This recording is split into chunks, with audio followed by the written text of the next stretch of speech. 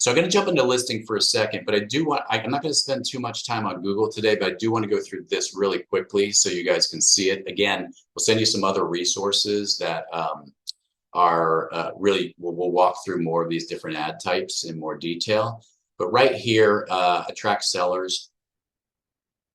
If you want to attract sellers, you can choose up to 5 zip codes that you want to focus on. I'm just going to put Valencia, for example, and 350 for, whoops, 91350, Saugus, sure.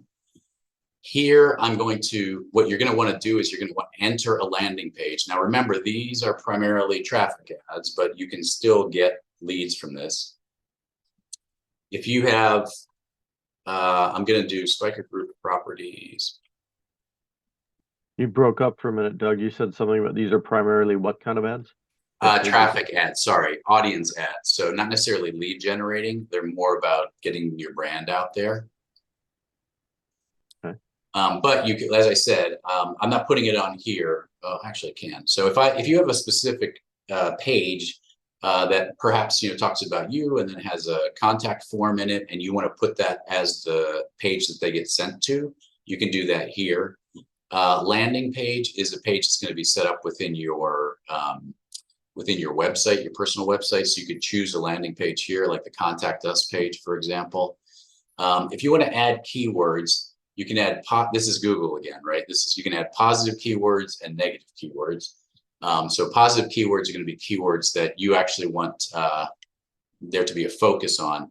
You'll see over here on the right-hand side, these are text ads, they're keyword ads. And so those are the keywords that you kind of want to put in here, right? If luxury is what you want to focus on, you can put luxury. If single family home, condo, whatever, you can put that in here. Negative keywords, if you want to put things that you would prefer to stay away from, you can put that in here. Basically, what Google is doing in using these keywords is they are generating this text, right? And they're generating multiple versions of it. And these are just samples. You'll never actually see what the actual text is because Google's algorithms are creating text and they're modifying it on the fly to figure out, what will get the most engagement. Although these are traffic ads and audience drive or audience branding ads, they are still trying to get people to click through on them. But they're optimizing this on the fly, and you don't have any control over what the actual text is here. Okay. So you can put keywords or not, it's up to you. When you go to the next step, it'll ask when you want to start this ad, and you can start it today. Do be aware that with Google, it is a monthly subscription with a minimum $250 spend. And these ads, I personally have only run a couple of them, but I know people who swear by Google keyword ads, and that they're very effective at driving leads to you. It's a minimum $250. Right here, you'll have to have a credit card on file. If you don't have a credit card on file, when you come through this process, you can just add it, or you can add a different card right here on the fly. And that will be the same card that'll be used for any type of paid ad that you run, whether it's this one or a Facebook, Instagram ad, or a combination. Okay. Once you do that, you purchase. And what this is going to do is every month, it's going to continue to charge $250 as long as you keep it running. Now you can, if you start running something for $250 today and you run it for a week, let's say you're not satisfied with it for whatever reason, you can actually stop, cancel the ad.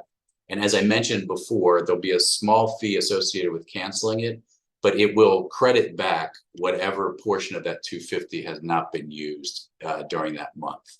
So it's something you can certainly test and try out. $250 is the minimum, but you can spend as much as you want on these ads.